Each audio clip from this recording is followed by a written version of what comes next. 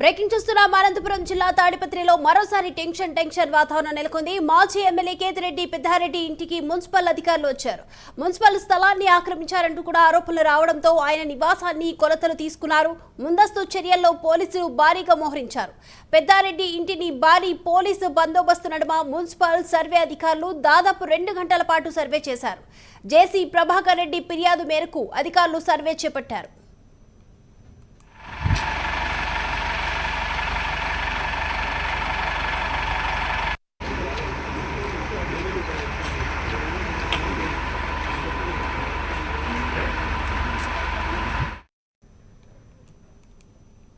Municipal స్థలాన్ని ఆక్రమించారంటూ కూడా పెద్దారెడ్డి పై ఆరోపణలు రావడంతో కూడా ఆయన నివాసాన్ని మున్సిపల్ అధికారులు వచ్చి కొలతలు వేయడం జరిగింది. ఈ నేపథ్యంలో పోలీసులు భారీగా బందోబస్తు ఏర్పాట్లు చేశారు. ఈ అంశానికి సంబంధించి ఓవరాల్ అప్డేట్స్ అందించడానికి మా ప్రతినిధి నాగేంద్రనాథ్ రెడ్డి సిద్ధంగా ఉన్నారు. నాగేంద్ర, దీపిక, అనంతపురం జిల్లా తాడిపత్రి పట్టణంలో ఉద్రిక్త పరిస్థితి నెలకొంది.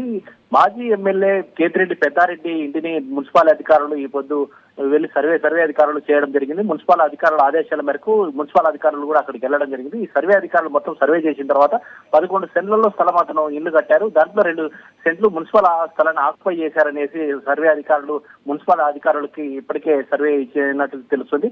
అయితే గత కొంతకాలంగా ప్రభాకర్ రెడ్డి గత ప్రభుత్వంలోనే ఆక్యుపై చేశాడు కేతిరెడ్డి పెద్దారెడ్డి అని చెప్పేసి ఎమ్మెల్యే అప్పట్లో ఎమ్మెల్యేగా ఉన్నప్పుడే అతను ఆరోపణలు చేయడం జరిగింది. ఈ ప్రభుత్వం మారిన తర్వాత, కూటమి ప్రభుత్వం వచ్చిన తర్వాత అధికారులు, జిల్లా కలెక్టర్లు కానీ ప్రతి ఒక్కరికి అడుగడుగున ఆయన అధికారులకు మొత్తం ఆధారాలతో సహా ఇవ్వడం జరిగింది.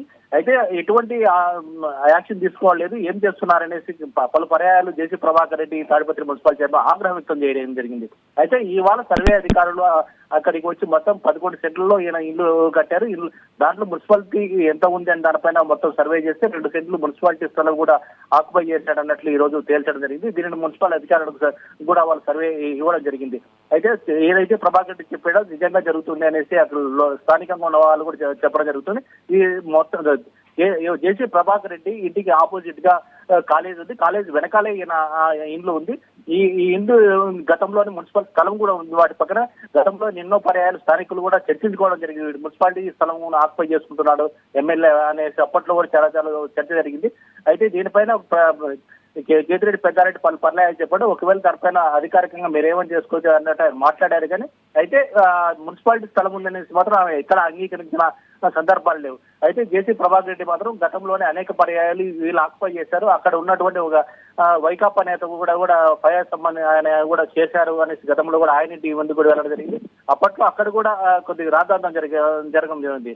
అయితే ఆయన మున్సిపాలిటీ నిబంధనలకు విరుద్ధంగా ఇల్లు కట్టాడని పని జరిగింది. అలాగే ఈ రోజు కూడా ఈయన ఏకంగా మున్సిపాలిటీ స్థలమే ఆక్యుపై చేశాడనేది జరుగుతుంది. అయితే అక్కడ ఎటువంటి గందరగోళ పరిస్థితుల్లో కూడా దాదాపు 100 మంది దాకా పోలీసులు అక్కడ ఇంటి దగ్గరికి సర్వే చేసేటప్పుడు వెళ్ళడం జరిగింది. అక్కడ ఇప్పటికే దాదాపు 1 year లోనే దాదాపు అనేక ఘటనలు చోటు చేసుకున్నాయి.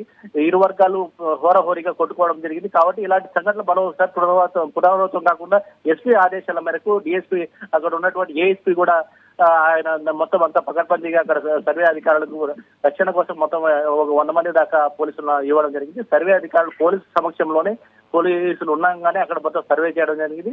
ఈ జరిగేసి 2 సెంట్ల స్థలం మున్సిపాలిటీ వాళ్ళది ఆక్యుపై చేశారనేసి తేల్చడం జరిగింది.